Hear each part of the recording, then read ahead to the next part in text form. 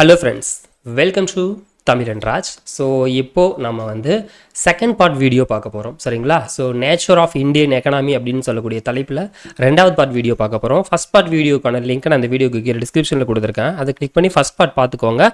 இப்போ நம்ம வந்து செகண்ட் பார்ட் பார்க்கலாம், சரியா? சரி, சூரிய சக்தி எவ்வாறு முதன்மையாக உற்பத்தி செய்யப்படுகிறது? சூரிய சக்தி நமக்கு எப்படி உற்பத்தி பண்ணுவாங்க அப்படிங்கிறதான் கொஸ்டின். ஸோ ஒரே ஒரு கொஸ்டினை வச்சு நான் வந்து 4 கேள்விகள் வரைக்கும் நான் பின்னாடி கேட்டிருக்கேன். அதை நான் உங்களுக்கு ஃபஸ்ட்டே சொல்லிடுறேன். ஸோ லைட்டோட அந்த அளவில் இருந்து, சூரியனிலிருந்து வரக்கூடிய அளவை நமக்கு அந்த பேனலில் இருந்து நமக்கு 2 பார்ட்டாக பிரிப்பாங்க. அதில் வந்து பாசிட்டிவ் தனியாகவும் நெகட்டிவ் தனியாகவும் நமக்கு பிரிப்பாங்க. இதில் இந்த பாசிட்டிவோட கண்டென்ட்டும் நெகட்டிவோட கண்டென்ட்டும் பிரித்ததுக்கு அப்புறம் தான் இதை மின் அழுத்தத்துக்கு உட்படுத்துவாங்க, சரிங்களா?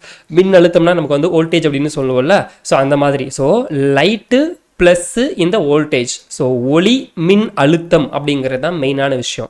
ஸோ லைட்டு ப்ளஸ் மின் அழுத்த செல்களை பயன்படுத்தி நமக்கு சூரிய சக்தியை உற்பத்தி பண்ணுவாங்க அப்படிங்கிறது தான் ஃபஸ்ட்டுக்கான கான்செப்ட். பின் வருவனவற்றை விரிவாக்குங்கள். PCI அப்படின்னா என்ன அப்படின்னு கேட்குறாங்க.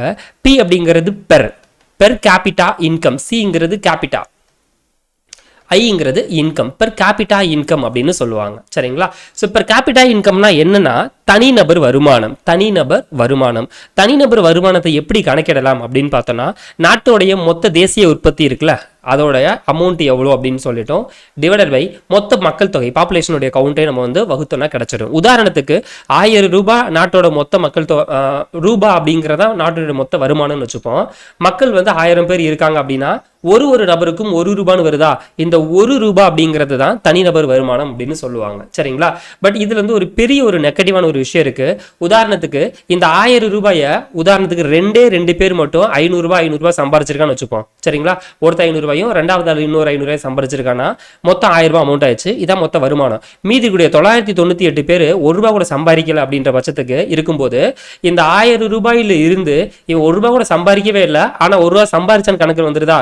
அப்போ இது இங்க காட்டக்கூடிய இந்த தனிநபர் வருமானம் அப்படின்னு சொல்லக்கூடிய இந்த அமௌண்ட் ஒருவனுடைய உண்மையான வருமானம் கிடையாது அப்படிங்கறத ஃபர்ஸ்ட் ஒரு நெகட்டிவா சொல்லுவாங்க, அப்படித்தானே? எஸ், பணக்காரனுடைய அமௌண்ட்டை வச்சு ஏழைக்கும் ஈக்குவல் பண்ணிக்கிட்டு கணக்கு காட்டிக்கிறாங்க அப்படிங்கிறதா இந்த தனிநபர் வருமானத்தில் போகும். இது ஒரு பெரிய நெகட்டிவான ஒரு விஷயம். அது மட்டும் இல்லாம கல்வி, சுகாதாரம் இந்த மாதிரி விஷயங்களை பத்தி இது கணக்கில் எடுத்து சொல்ல மாட்டாங்க அப்படின்றதுனால இதுவும் ஒரு நெகட்டிவான ஒரு விஷயம் தான். அது மட்டும் இல்லாம வாழ்க்கை சூழலுக்கு ஏற்ற மாதிரி, இப்போ உதாரணத்துக்கு நம்ம வில்லேஜ்ல வாழக்கூடியவனுக்கு ஒரு அமௌண்ட் இருக்கணும், சிட்டில வாழக்கூடியவனுக்கு ஒரு அமௌண்ட் இருக்கணும். 2 பேருக்கு முன்னாடி வாழ்க்கை தரத்துல சின்ன சின்ன வேறுபாடுகள் இருக்குல்ல, அதுவும் இந்த தனிநபர் வருமானத்துல ஒரு நெகட்டிவான ஒரு விஷயம் அப்படின்னு சொல்லுவாங்க, சரிங்களா? So cost of living change ஆகும் அப்படின்னு சொல்லிட்டு. ஸோ செகண்டுக்கு தனிநபர் வருமானம் அப்படிங்கிறது மின்சாரம் தயாரிப்பதில் சோலார் பேனல்களினுடைய செயல்பாடு. மேலே பார்த்த அதே விஷயம்தான், சூரிய ஒளியை மின்சாரமாக மாற்றுவதல் அப்படிங்கிறதான் இங்க நடக்கும். இந்த 4 சூரிய சக்தியிலிருந்து மின்சாரம் தயாரிக்கும் 2 முக்கிய முறைகள். ஸோ ஃபர்ஸ்ட் ஒளி மின்னழுத்த முறை, இன்னொன்று செறிவூட்டப்பட்ட சூரிய சக்தி. ஒளி மின்னழுத்த முறை, இன்னொன்று செறிவூட்டப்பட்ட சூரிய சக்தி. இந்த 2 முறைகள் மூலமா மின்சாரத்தை எடுத்துப்பாங்க. தென் அடுத்து எந்த அறிக்கை சூரிய சக்தியை சிறப்பாக விவரிக்கிறது? சேம் ஒரே கான்செப்டை தான் உங்களுக்கு வித்தியாசமா கேட்டு வச்சிருக்கேன், ஒன்றுமே இல்லை. இது ஒளி மின்னழுத்த செல்கள் அல்லது செறிவூட்டப்பட்ட சூரிய சக்தியை பயன்படுத்தி சூரிய ஒளியை மின்சாரமாக மாற்றுகிறது. சேம், ஆப்ஷன் பி தான் சரியான பதில். தென் அடுத்து இயற்கை சூழலை பாதுகாப்பதும் மேம்படுத்துவதும் இந்தியாவின் ஒவ்வொரு குடிமகனின் கடமையை வலியுறுத்தும் அரசியலமைப்பு சட்டம் எது? ஸோ ரொம்ப முக்கியமான ஒரு கொஸ்டின் இது. ஏன்னா இந்த ஒரு கொஸ்டின் மையமா வச்சு நிறைய கேள்விகள் உங்களுக்கு இதுல இடம்பெறும். ஆர்டிகிள் வந்து 51A அப்படிங்கிறதா இதுக்கான ஆர்டிகிள், சரிங்களா? 51A அப்படிங்கிறதா சுற்றுச்சூழலை பாதுகாக்கணும் அப்படின்னு சொல்லக்கூடியது. இந்த ஆர்டிகிள்ல நமக்கு என்ன சொல்லியிருப்பாங்க அப்படின்னு பார்த்தோம்னா, ஒவ்வொரு இந்தியனும் சுற்றுச்சூழல் பாதுகாப்பில் பங்கெடுக்க வேண்டும். இந்தியனா பிறந்த ஒவ்வொருவரும் சுற்றுச்சூழல் பாதுகாப்புல பங்கெடுக்கணும் அப்படிங்கிறத மென்ஷன் பண்ணியிருப்பாங்க. அது மட்டுமா அப்படின்னா இல்ல, காடா இருக்கட்டும், தென் ஏரிகளா இருக்கட்டும், தென் நதிகளா இருக்கட்டும், தென் அது போக வன விலங்குகளா இருக்கட்டும், இது எல்லாத்தையுமே பாதுகாக்க வேண்டியது நமது கடமை அப்படின்னு சொல்லியிருப்பாங்க. அது மட்டுமா அப்படின்னு பார்த்தா இல்ல, உயிரினங்கள் மீது கருணை கொள்ள வேண்டும் அப்படிங்கிறதுமே இந்த ஆர்டிகிள்ல சொல்லப்பட்ட கருத்து தான். இந்த ஆர்டிகிளை மையமா வச்சு பல சட்டங்கள் கொண்டு வந்திருப்பாங்க. ஒன்னு சுற்றுச்சூழல் பாதுகாப்பு சட்டம் 1986. சுற்றுச்சூழல் பாதுகாப்பு சட்டம் ரொம்ப முக்கியமான ஒரு ஆர்டிகிள் இது. சுற்றுச்சூழல் பாதுகாப்பு சட்டம் 1986. தென் அதுக்கு அடுத்து வனவிலங்கு பாதுகாப்பு சட்டம் அப்படிங்கிறது 1972. வனவிலங்கு பாதுகாப்பு சட்டம் 1972.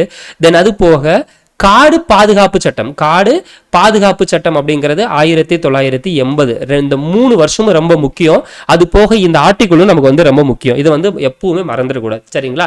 ஸோ சுற்றுச்சூழல் பாதுகாப்பு சட்டம் 1986, வனவிலங்கு பாதுகாப்பு சட்டம் 1972, காடுகள் பாதுகாப்பு சட்டம் 1980.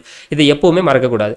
தென் அதுக்கு அடுத்த கேள்வி, 1986 இந்திய அரசாங்கம் நிறைவேற்றிய எந்த சட்டம் சுற்றுச்சூழல் பாதுகாப்பில் கவனம் செலுத்தியது? சேம் இப்ப நான் முன்னாடி சொன்னதுதான், அதே கொஸ்டினை தான் திரும்ப கேட்டு வச்சிருக்கேன். சுற்றுச்சூழல் பாதுகாப்பு சட்டம். தென் 1988 தேசிய வனக் கொள்கையின் அடிப்படையினுடைய கொள்கை என்ன? தேசிய வனக் கொள்கையினுடைய முக்கியமான ஒரு விஷயம் பல்லுயிர் பாதுகாப்பு. பல வகையான உயிரினங்கள் அடங்கிய மொத்த தொகுப்புகள், எல்லா உயிரினங்களையும் பாதுகாக்கணும் அப்படிங்கிறது தான் 88 தேசிய வனக் கொள்கையினுடைய முக்கியமான நோக்கமா இருந்துச்சு. தென் இந்தியாவில் சுற்றுச்சூழல் பாதுகாப்பில் புதிய மாற்றங்களை தீவிரமாக விலக்கி அறிமுகப்படுத்தி வரக்கூடிய அரசாங்கத்தின் எந்த பிரிவு? அரசாங்கத்தினுடைய எந்த பிரிவு சுற்றுச்சூழல் பாதுகாப்புல மிக முக்கியமான விஷயங்கள் எல்லாத்தையும் எடுத்து சொல்லுது அப்படின்னு பார்த்தோன்னா நீதித்துறை தான். அவங்க தான் புதுசு ஆர்டிகிள் கொண்டு வரதா இருக்கட்டும், நிறைய சட்டங்கள் கொண்டுட்டு வரதா இருக்கட்டும், அது வந்து நீதித்துறை பார்க்குது அப்படின்னு சொல்லுவாங்க. தென் நிலையான பொருளாதார வளர்ச்சி எதை அடைய வேண்டும்? நிலையான பொருளாதார வளர்ச்சி அப்படின்னா என்ன அடையணும்னா, எதிர்காலத்துக்கு உண்டான அவங்களுக்கு கிடைக்கக்கூடிய அந்த விஷயங்களை வந்து எதையும் தடை பண்ணிடாம, எதிர்காலத்தை சமரசம் செய்யாமல், நிகழ்காலத்தினுடைய தேவையை, நம்மளுடைய தேவையை நம்மளே பூர்த்தி பண்ணிக்கணும். ஆனால் நம்ம இருக்கிற எல்லாத்தையும் ஆக்கிரமிச்சுக்கிட்டு அடுத்தவனை கஷ்டப்படுத்தக்கூடாது அப்படிங்கிறது தான் நமக்கு உண்மையான நிலையான பொருளாதார வளர்ச்சின்னு சொல்லுவாங்க. தென் எந்த வகையான வளங்களை புதுப்பிக்கத்தக்க மற்றும் புதுப்பிக்க முடியாத வகைகளாக ரெண்டு கேட்டகரியா பிரிப்பாங்க அப்படின்னு பார்த்தோம்னா, எஸ், இயற்கை வளங்களை தான் ஒன்னு புதுப்பிக்க முடியும், இன்னொன்னு புதுப்பிக்க முடியாது அப்படின்னு சொல்லிட்டு 2 கேட்டகரியில பிரிப்பாங்க. முடியாததுக்கு என்ன எக்ஸாம்பிள் அப்படின்னு பார்த்தோம்னா பெட்ரோல் டீசல் மெயினான விஷயம். முடியும், மறுபடியும் கிடைக்கும் அப்படிங்கிறது எதுப்பா அப்படின்னு பார்த்தோம்னா சன்லைட். சரிங்களா? சரி. தென் அதுக்கு அடுத்து, உண்மையான நிலைத்தன்மையை அடைவதற்கு எது அவசியம் என்று வலியுறுத்தப்படுகிறது? உண்மையான நிலைத்தன்மையை அடைவதற்கு எது அவசியம்? பொருளாதாரம், சமூகம் மற்றும் சுற்றுச்சூழல் நிலைத்தன்மையை இணக்கமாக சமநிலைப்படுத்துதல். 3லையுமே கரெக்டா இருக்கணும், சரிங்களா? பொருளாதாரத்திலையும் உயரணும், சமூக மற்றும் சுற்றுச்சூழல் சார்ந்த விஷயங்கள்லையும் நம்ம வந்து உயர்வா இருந்தா மட்டும்தான் உண்மையான நிலைத்தன்மையை அடைய முடியும்னு சொல்றாங்க. நிரப்பக்கூடிய மற்றும் மாசு இல்லாத, நிரப்பக்கூடிய அப்படின்னா புதுப்பிக்கக்கூடிய, சரிங்களா? நிரப்பக்கூடிய அப்படின்னா புதுப்பிக்கக்கூடிய மற்றும் மாசு இல்லாத வளங்களை எந்த வார்த்தை சிறப்பாக விவரிக்கிறது? சேம் அதே தான், அதை தான் கேட்டிருக்கேன், சரிங்களா? அந்த வார்த்தை கூட எது கரெக்டா இருக்குன்னு சொல்லிட்டு, புதுப்பிக்கத்தக்கது. புதுப்பிக்க முடியாத ஆதாரங்கள் எதுப்பா? புதுப்பிக்க முடியாத ஆதாரம் எதை நமக்கு முடியாது அப்படின்னா, காலப்போக்கில் தீர்ந்து விடக்கூடியது தான் புதுப்பிக்க முடியாது. பின் வருவனவற்றுள் எது மரபுசாரா ஆற்றல் மூலத்திற்கு எடுத்துக்காட்டு? பின் வருவனவற்றுள் எது மரபுசாரா ஆற்றல் மூலம், மரபு சாராத ஆற்றல் மூலத்துக்கு எடுத்துக்காட்டு எது அப்படிங்கிறதா? சோ சரியான பதில் வந்து ஆப்ஷன் பி, சூரிய சக்தி. மரபு சாராத ஆற்றல் மூலம் சரியானது வந்து சூரிய சக்தி. தென் அடுத்த கேள்வி, மரபுசாரா ஆற்றல் மூலங்கள் டேஸ் குறிப்பிடுகின்றன. மரபுசாரா ஆற்றல் மூலங்கள் டேஸ் குறிப்பிடுகின்றன. புதுப்பிக்கத்தக்க எரிசக்தி ஆதாரங்கள் அப்படிங்கிறதா சொல்லியிருப்பாங்க, சரிங்களா? எதுப்பா அப்படின்னு பார்த்தோன்னா, புதுப்பிக்க கூடியதைத்தான் நமக்கு வந்து மரபுசாரா அப்படின்னு சொல்லுவாங்க. தென் மனிதவள மேம்பாட்டு அமைச்சகத்தினுடைய தலைமையகம் ரொம்ப இம்பார்ட்டன்டான ஒரு கொஸ்டின். இதுக்கு முன்னாடியே பார்த்துட்டோம், கரெக்ட் தானே? இதுக்கான ஹெட் குவார்டர்ஸ் எங்க இருக்குப்பா? புதுடெல்லியில. தென் கல்வி அறிவு விகிதத்தில் 2வது இடத்தில் உள்ள தென் மாநிலம் எது? ஸோ இது வந்து அப்பப்ப சேஞ்ச் ஆகக்கூடிய ஒன்று, சென்சஸை பொறுத்து, சரிங்களா? அதனால இந்த கேள்விக்கு தற்போது ஆன்சர் வேண்டாம். ஸோ சென்சஸ் அப்படிங்கிறத பற்றி நம்ம தனியாகவே நம்ம பார்ப்போம். அதனால இந்த கேள்விக்கு நான் ஆன்சர் சொல்லலை, ஏன்னா இது வந்து சேஞ்ச் ஆகக்கூடிய ஒன்று. நமக்கு இதுக்கு ஆன்சர்னு பார்க்கணும்னா தமிழ்நாடு மென்ஷன் பண்ணலாம், சரிங்களா, இப்போதைக்கு. ஆனால் இந்த கேள்விக்கு ஆன்சர் நம்ம இப்போதைக்கு வேண்டாம், ஏன்னா இது வந்து கரண்ட் அஃபேர்ஸை பேஸ் பண்ணி மாறக்கூடிய ஒன்று. தமிழ்நாட்டின் கல்வி அறிவு விகிதம் தேசிய சராசரிக்கு அதிகமாக அல்லது குறைவாக அதர்வைஸ் சமமாக இருக்கிறதா அப்படின்னு பார்த்தோன்னா, கண்டிப்பா வந்து தேசிய அளவை விட தமிழ்நாட்டில் அதிகமாக தான் இருக்கு. தென் தென் பிராந்தியத்தில் எந்த மாநிலம் கல்வி அறிவு விகிதம் அதிகமாக உள்ளது? இதுக்கும் நமக்கு வந்து இப்போதைக்கு ஆன்சர் சொல்லலாம், பட் இது சிஏல மாறக்கூடிய ஒன்று. சரியான பதில் வந்து கேரளா. ஃபர்ஸ்ட் கேரளா இருக்கும், சரிங்களா? செகண்ட் நம்மளுடைய தமிழகம் இருக்கும். தென் அடுத்து, ஒரு நாட்டின் மக்கள் தொகையின் சராசரி வருமானத்தை எந்த சொல் குறிக்கிறது? ஒரு நாட்டினுடைய மக்கள் தொகையின் சராசரி வருமானம் அப்படிங்கிறது எதுப்பா? எஸ், தனிநபர் வருமானம். மொத்த வருமானம் வகுத்தல் மொத்த மக்கள் தொகை அப்படி இருந்தா தான் சராசரி கிடைக்கும். இந்த சராசரியை தான் பிசிஐ அப்படின்னு சொல்லுவோம், சரியா? தென் ஒரு நபர் வருமானம் எவ்வாறு கணக்கிடப்படுகிறது? ஒரு நபர்னு சொல்லிட்டேன். தனிநபர் வருமானம் எவ்வாறு கணக்கிடப்படுகிறது? ஆப்ஷன் 1 பாருங்க. ஒரு நாட்டின் மொத்த வருமானத்தை அதன் மொத்த மொத்த மக்கள் தொகையால் வகுப்பதன் மூலம் கிடைக்கிறது.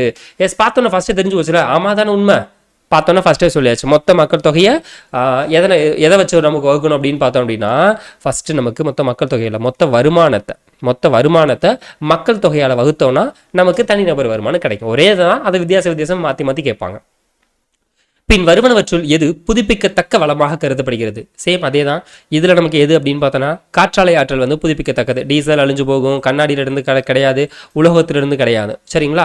தென் 1934 அமெரிக்க காங்கிரஸின் அறிக்கையாக ஜிடிபி பற்றி நவீன கருத்தை உருவாக்கிய பெருமை யாரை சாரும்? ரொம்ப ரொம்ப ரொம்ப ரொம்ப முக்கியமான ஒன்று. சரிங்களா? 1934 ஜிடிபியை பற்றி எடுத்து சொன்ன முக்கியமான ஒரு நபர் சைமன் குஸ்னட்ஸ். இவரினுடைய காலகட்டம் 1901 இருந்து 1985 இந்த காலகட்டம். இவர் வந்து அமெரிக்காவை சேர்ந்த ஒரு பொருளாதார நிபுணர். சரிங்களா? இவர் தான் மொத்த தேசிய உற்பத்தி அப்படின்னு சொல்லக்கூடிய ஜிடிபி அப்படின்னு சொல்லக்கூடிய அந்த வார்த்தைக்கு முன்னோடியாக விளங்கின ஒரு நபர் இவர் தான் சொல்லுவாங்க. இவருக்கு 1971 நோபல் பரிசு கொடுத்திருப்பாங்க. சரிங்களா? 1971 நோபல் பரிசு கொடுத்திருப்பாங்க. யாருக்கு? சைமன் குஸ்னட்ஸ் அப்படின்னு சொல்லக்கூடிய அந்த நபருக்கு. இவர் தான் இந்த வார்த்தையை உருவாக்குனவரும் கூட அப்படின்னு சொல்லுவாங்க. இதுல இவர் நிறைய விஷயத்தை பத்தி எடுத்து சொல்லியிருந்தாரு. இவரினுடைய அந்த கணக்கீடுகளின் அடிப்படையில் என்னென்ன விஷயங்கள்லாம் சொல்லியிருந்தாரு அப்படின்னு பார்த்தோம்னா, இந்த பொருளாதாரம் அப்படிங்கிறது இந்த யூ வடிவ கேட்டகரியை பொறுத்து மாறும். அதாவது பொருளாதாரம் கூடும் போது அளவு எல்லாமே கூட்டிலிருந்து குறைஞ்சு மறுபடியும் கூடும் அப்படிங்கிற மாதிரி நிறைய கருத்துக்கள் எல்லாமே எடுத்து சொல்லியிருந்தாங்க.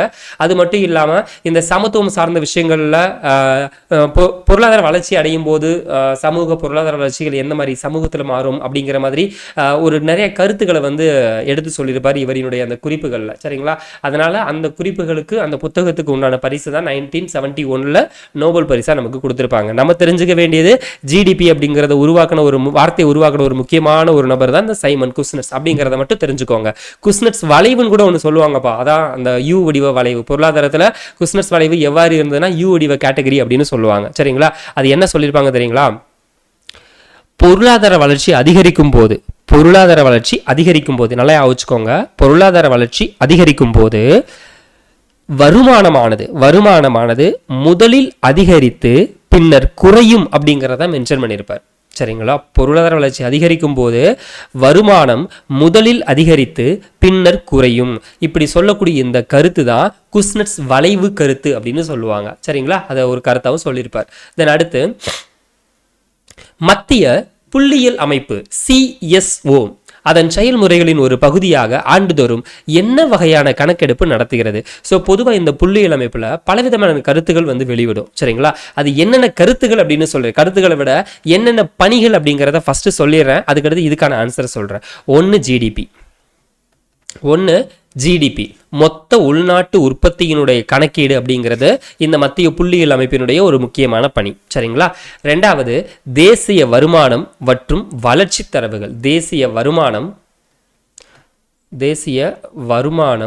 மற்றும் வளர்ச்சி தரவுகள் அப்படின்னு சொல்லுவாங்க. சரிங்களா? மூணாவது செங்குத்து மற்றும் கட்டுமானத்துறை வளர்ச்சி, அதாவது தொழில்துறை வளர்ச்சி அப்படிங்கிறதான் சொல்லுவாங்க. சரிங்களா? ஒன்று தொழில்துறையும் இன்னொன்று கட்டுமானத்துறையும், ரெண்டு தனித்தனியாக சொல்லிக்கலாம். தொழில்துறை இன்னொன்று கட்டுமானத்துறை அப்படின்னு சொல்லுவோம்.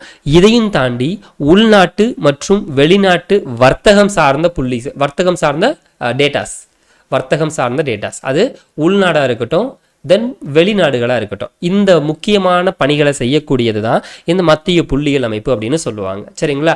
சரி, அப்போ இதில் இந்த தொழில்களின் ஆய்வு சார்ந்து வெளியிடக்கூடிய தகவல் இந்த மத்திய புள்ளியியல் நிறுவனத்துக்கு மிக முக்கியமான ஒன்று அப்படிங்கிறதான் நமக்கு சொல்லணும். சரியான பதில் அப்படின்னா அதுதான். சரிங்களா? ஓகேவா? CSO என்னப்பா?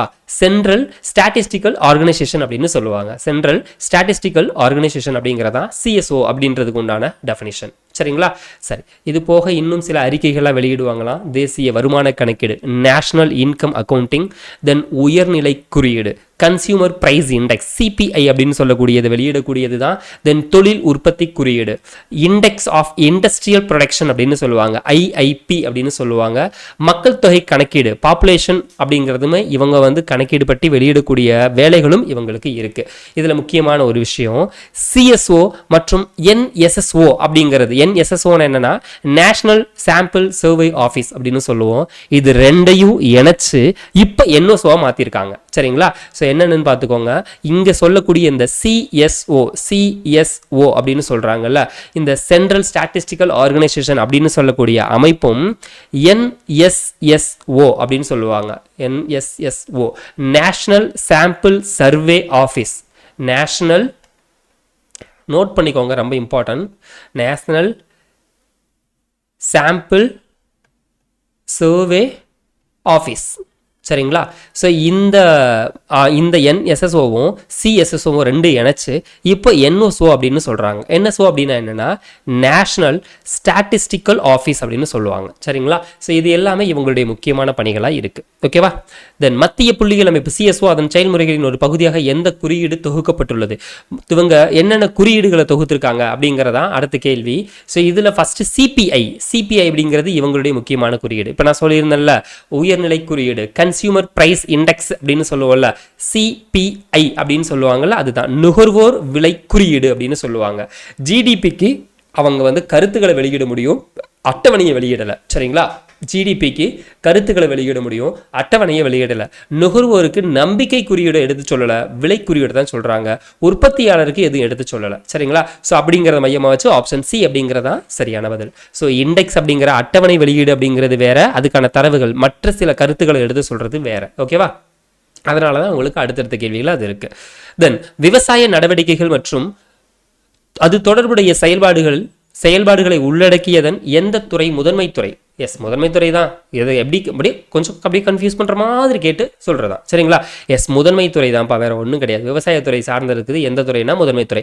மூலப்பொருட்களை சரக்குகளாகவும் பொருட்களாகவும் மாற்றுவதை உள்ளடக்கியது எந்த துறை? எஸ், ரெண்டாவது தொழில்துறை. தென் அதுக்கடுத்த கேள்வி, பொருளாதார வளர்ச்சியை மேம்படுத்துவதற்கு எந்த துறை முக்கியமானதாக கருதப்படுகிறது? எஸ், பொருளாதார வளர்ச்சியை மேம்படுத்தணும்னா சேவைத்துறை முக்கியமான ஒன்று. பொருளாதார வளர்ச்சியை அளவிடுவதில் பொதுவாக கருதப்படாத காரணி, பொருளாதாரத்தில் எதை கருதப்பட மாட்டாங்கன்னா அரசாங்கம் வாங்கிய கடனை கணக்கிட மாட்டாங்க. தென் கல்வி இருக்கட்டும், சுகாதாரமாக இருக்கட்டும், தனிநபரினுடைய மொத்த உள்நாட்டு உற்பத்தி, இந்த மாதிரி எல்லா விஷயங்களும் இருக்கட்டும், அரசாங்க கடனை மட்டும் கணக்கில் எடுத்துக்க மாட்டாங்க. தென் காலப்போக்கில் ஒரு நாட்டின் உற்பத்தி திறன் அதிகரிப்பதை குறிக்கக்கூடிய சொல், காலப்போக்கில் பின்னாடி அதிகரிக்கும் அப்படிங்கிறத சொல்லக்கூடியது தான் பொருளாதார வளர்ச்சி. பொருளாதார வளர்ச்சியின் முதன்மை கவனம் என்ன? பொருளாதார வளர்ச்சியின் முக்கியமான ஒரு விஷயம் என்னன்னா, உற்பத்தியை தான் அதிகரிக்கணும், உற்பத்தி பண்றத யூஸ் பண்ணக்கூடிய மக்களை குறைக்கணும் அப்படின்னு இருக்கக்கூடாது. கரெக்டு தானே? எஸ், மக்கள் கூட கூட கூட உற்பத்தி அதிகரிச்சா அப்படின்னா மட்டும்தான் நமக்கு உண்டான தேவையான விஷயங்களை நம்மளே பூர்த்தி பண்ணிக்க முடியும். தென் எதிர்கால சந்ததியினர் தங்கள் சொந்த தேவைகளை பூர்த்தி செய்யும் திறனை சமரசம் செய்யாமல் தற்போதைய தேவைகளை பூர்த்தி செய்யக்கூடிய நிலையான பொருளாதார வளர்ச்சியை எந்த வார்த்தை குறிக்கிறது? மேலே பார்த்த அதே தான், பொருளாதார நிலைத்தன்மை. மேலே பார்த்ததை அப்படியே மாற்றி கேட்டிருக்கோம், அவ்வளோதான். பொருளாதார வளர்ச்சி கொள்கையின் முக்கிய குறிக்கோள் என்னப்பா? எஸ், வாழ்க்கை தரத்தில் நீண்ட கால முன்னேற்றத்தை அடைதல். வளர்ச்சியின் அடிப்படையில் HTI அளவிடுவதை நோக்கமாக கொண்டுள்ளது.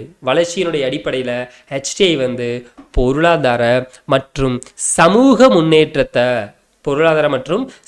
முன்னேற்றத்தை அளவிடுவதை நோக்கமாக கொண்டுள்ளது. எந்த அமைப்பு மனித மேம்பாட்டு தரவரிசையை வெளியிடுகிறது? மனித மேம்பாட்டு தரவரிசையை வெளியிடக்கூடிய அமைப்பு எதுப்பா? எஸ், UNDP, உலக வர்த்தக அமைப்பு. UNDP என்னப்பா? United nations development programme. ரொம்ப இம்பார்ட்டன்டான ஒன்று, டெவலப்மெண்ட் ப்ரோக்ராம். சரியா? சரி. தென் அடுத்த கேள்வி, HTI கணக்கீட்டில் GDPயின் செயல்பாட்டை எந்த வார்த்தை விவரிக்கிறது? மேலே நம்ம பார்த்துருந்தோம். இது செயல்பாடு, நார்மல் ஆன்சர் தெரிஞ்சுக்கோங்க, அந்த அளவுக்கு டெப்தெல்லாம் தெரிஞ்சுக்க வேண்டியதில்லை.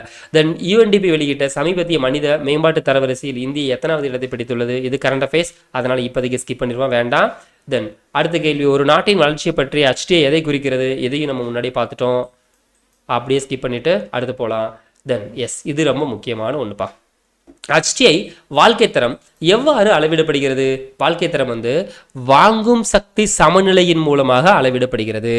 எல்லாராலையும் எல்லா பொருட்களையும் வாங்கக்கூடிய நிலைமை சமமா இருக்கும் அப்படின்றத தான் வாழ்க்கை தரத்தை வச்சு மென்ஷன் பண்றாங்க. இப்போ நம்ம போயிட்டு ஒரு ஜூஸ் குடிக்கிறோம் அப்படின்னு வச்சுக்கோங்களேன், நம்மளால ஜூஸ் குடிச்சு வாங்க முடியுது அப்படின்னா அனைவராலும் வாங்க முடியும் அப்படிங்கிற ஒரு ஸ்டேஜ் இருந்தாதான் வாழ்க்கை தரம் கொஞ்சமாவது கூடியிருக்கு அப்படின்னு அர்த்தம். சரிங்களா? ஸோ அதுதான் வாழ்க்கை தரத்துல கூடுறது அப்படிங்கிறத சொல்லியிருப்பாங்க. வாங்கும் சக்தி சமநிலை மூலம். இதில் இன்னொன்று சொல்லுவாங்கப்பா, வாங்கும் சக்தி சமநிலைனா இது வந்து நான் இப்போ நம்ம லோக்கல் ஏரியாவில் மக்களை வச்சு சொல்கிறேன். ஆனால் இந்த வார்த்தை எதுக்கு குறிப்பாங்கன்னா, இந்தியாவில் ஒரு அளவு வச்சு, இப்போ உதாரணத்துக்கு நான் 10,000 ரூபா வச்சு எவ்வளோ காலம் வாழ்கிறனோ அதே அளவு வச்சு அந்த அமௌண்ட்டை வச்சு அதே மதிப்புள்ள மற்றொரு பொருட்களை நான் ஃபாரினில் என்னால் வாங்கி அங்கே சர்வே பண்ண முடியுமா அப்படிங்கிறத வச்சு மென்ஷன் பண்ணுவாங்க. சரிங்களா? ஸோ நான் வந்து உதாரணத்துக்கு நான் லோக்கலில் இருக்க வச்சு மென்ஷன் பண்ணேன். இதை ஃபாரின் கண்ட்ரி கூடயும் கம்பேர் பண்ணி சொல்லக்கூடிய வார்த்தை தான். தென் 1990 மனித வளர்ச்சி குறியீட்டை HTI அறிமுகப்படுத்தியவர் யார்? ஸோ இது ரொம்ப முக்கியமான ஒன்று.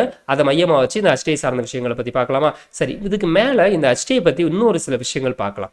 இந்த HTIல சொல்லியிருக்காங்களா வாங்கும் சக்தி சமநிலை அப்படின்னு சொல்கிறாங்களா, அதை பற்றி ஒரு சில விஷயங்கள் பார்ப்போமா? ஏன்னா கேள்விகள் அடிக்கடி கேட்குறாங்க. இந்த வாங்கும் சக்தி சமநிலைனா என்ன அப்படின்னு பார்த்தோன்னா PPP அப்படின்னு சொல்லுவாங்க. PPPன்னா என்னப்பா அப்படின்னு பார்த்தோன்னா பர்ச்சேசிங் பவர் பேரிட்டி அப்படின்னு சொல்லுவாங்க. பர்ச்சேசிங் பவர் பேரிட்டி அப்படின்னு சொல்லுவாங்கப்பா. சரிங்களா? இந்த பிபிக்கு உண்டான டெஃபினிஷன் சொல்கிறேன் பாருங்களேன். வெவ்வேறு நாடுகளில் உள்ள பொருட்களின் விலையை ஒப்பிட்டு அந்த நாடுகளினுடைய பணத்தின் உண்மையான மதிப்பை கணக்கிடக்கூடிய ஒரு பொருளாதார கருத்து தான் இந்த வாங்கும் சக்தி சமநிலை. இப்போ உதாரணத்துக்கு இப்போ ஒரு 1000 ரூபாய் அப்படிங்கிறது நம்மளுடைய வேல்யூ இருக்கு. இந்த 1000 ரூபாயை வச்சு நான் ஃபாரின்ல ஒரு நாள் நான் சர்வே பண்ண முடியும். அதே சாப்பாடு அதே வச்சு நான் சர்வே பண்ண முடியும். இந்த 1000 ரூபாயை வச்சு என்னால் இந்தியாவிலையும் ஒரு நாள் சர்வே பண்ண முடியும் அப்படின்னு இருக்குன்னு வச்சுக்கோங்களேன். இது ரெண்டுமே அப்போ சமமாக இருக்குன்னு அர்த்தம். சரிங்களா? என்னால் இந்த 1000 ரூபாய் வச்சு சர்வே பண்ண முடியாது, ஒரு நேரம் மட்டும்தான் என்னால் இருக்க முடியும், இங்கே ஒரு நாள் இருக்கலாம் அப்படின்னா இங்கேக்கும் சின்ன வேறுபாடுகள் இருக்கா? இந்த வேறுபாடுகள் தான் வாங்கும் சக்தியினுடைய சமநிலையை பாதிக்கக்கூடிய ஒன்று. இந்த வாங்கும் சக்தியினுடைய சமநிலை எல்லா நாடுகளுக்கும் சமமாக இருக்கணும். அதனால தான் நம்ம என்ன பண்ணுறோம், ஒரு குறிப்பிட்ட காலத்துக்கும் நம்ம டாலரினுடைய வேல்யூ இருக்குல்ல, அந்த டாலருடைய வேல்யூவும் இந்தியன் கரன்சியோட வேல்யூ ரெண்டையும் ஈக்குவல் பண்றதுக்காகவே கொஞ்சமா நம்ம வந்து மாத்தி இன்க்ரீஸ் ஆகிட்டே இருக்கு. ஒரு டாலருடைய வேல்யூ இப்போ வந்து 83 ரூபா 84 ரூபா அப்படிங்கிற அளவு நமக்கு போகுதுல, அது எல்லாமே அதுக்காகத்தான். சரிங்களா? வாங்கும் சக்தியை மென்ஷன் பண்றதுக்காகத்தான். சரிங்களா? ஓகே, தென் அதுக்கு அடுத்து வேற இம்பார்ட்டன்ட் அப்படிங்கிறதுலாம் அது நார்மலான விஷயம் தான். அடுத்த கேள்வியை போயிடுவோம். எங்க பாருக்கு?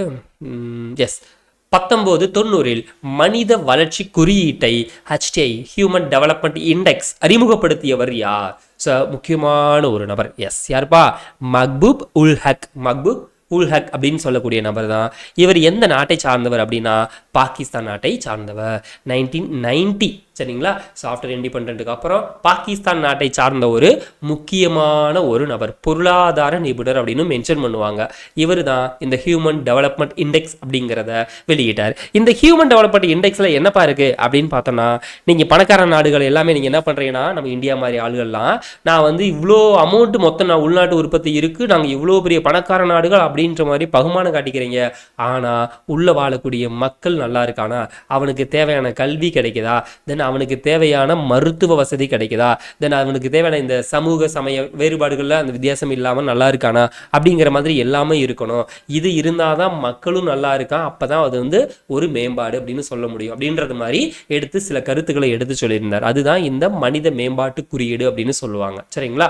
ஸோ இந்த மனித மேம்பாட்டு குறியீடில் எதை எடுத்து சொல்லுவாங்க அப்படின்னு பார்த்தோம்னா, சுகாதாரம், கல்வி, தென் வாழ்க்கை தரம். சுகாதாரம், கல்வி, வாழ்க்கை தரம், இந்த மூணையுமே சேர்த்து மூணுக்குமே டாப் மோஸ்ட் கொடுத்துருப்பாங்க. ஆனால் நம்ம நிர்மலா சீதாராமன் நம்ம எதில் வந்து கணக்கு காட்டி மற்ற நாடுகள் கூட சீன் போட்டுக்கோம் அப்படின்னு பார்த்தோன்னா, பணத்தை மட்டும் கணக்கு காட்டிக்கும். பணம் மட்டும் அங்கே சந்தோஷத்துக்கு இடம் இல்லை, சுகாதாரம் இருக்கணும், கல்வி இருக்கணும், வாழ்க்கை தரத்துலையும் உயர்ந்திருக்கணும். இப்படி எல்லாம் இருந்தால் தான் அது ஒரு நல்ல முன்னேற்றம் அப்படின்றத எடுத்து சொல்லியிருப்பாரு. அதுக்காக தான் இந்த இண்டெக்ஸ். சரியா? சரி, ஓகே. அடுத்து மக்பூப் உல் ஹக்கை பற்றி வேணால் தெரிஞ்சுக்கோங்க, மற்ற விஷயங்கள் வேணால் எப்போ அவர் காலம் என்ன அப்படிங்கிறது வேணால் தெரிஞ்சுக்கோங்க. சரியா, அடுத்த கேள்வி போகலாம். 62 எஸ், மனித வளர்ச்சி குறியீடு ஹியூமன் டெவலப்மெண்ட் இண்டெக்ஸ் எதை அளவிடுகிறது அப்படிங்கிறதான் கொஸ்டின். எஸ், பிறக்கும்போது அவரினுடைய ஆயுட்காலம், வயது வந்தோருக்கான கல்வி அறிவு, தென் அதுக்கு போக வாழ்க்கை தரம். சரிங்களா, இது மூணையும் எடுத்து சொல்லக்கூடியது. பொருளாதாரத்தை மட்டுமா இல்லை, கல்வியை மட்டுமா இல்லை, மொத்த உள்நாட்டு உற்பத்தியாக இல்லை, எல்லாத்தையுமே. சரிங்களா, இங்கே ஆயுட்காலங்கிறது எதை மென்ஷன் பண்ணக்கூடியது அப்படின்னு பார்த்தோன்னா மருத்துவத்தை மென்ஷன் பண்ணக்கூடிய வார்த்தையாக இருக்குது. சரிங்களா, தென் அதுக்கு அடுத்து ஜிடிபி என்ற சொல்லை உருவாக்கியவர் யார்? மேலே நம்ம பார்த்தோமா, சைமன் குஸ்னர்ஸ், அந்த முன்னோடி. இந்திய பொருளாதாரத்தை விவரிக்கக்கூடிய சொல், இந்திய பொருளாதாரத்தை விவரிக்கக்கூடிய சொல் எது? வளரும் பொருளாதாரம், வளர்ந்து வரும் பொருளாதாரம், இரட்டை பொருளாதாரம், எல்லாமே தான். சரிங்களா, அப்போ இந்த மூணுமே அப்படிங்கிறதான் ஆப்ஷன் டியில் கொடுத்துருக்கேன். தென் அடுத்து பின் வருவனவற்றில் எது வர்த்தக கொள்கையாக கருதப்படுகிறது? வர்த்தக கொள்கை, வர்த்தகம் அப்படின்னா என்னப்பா?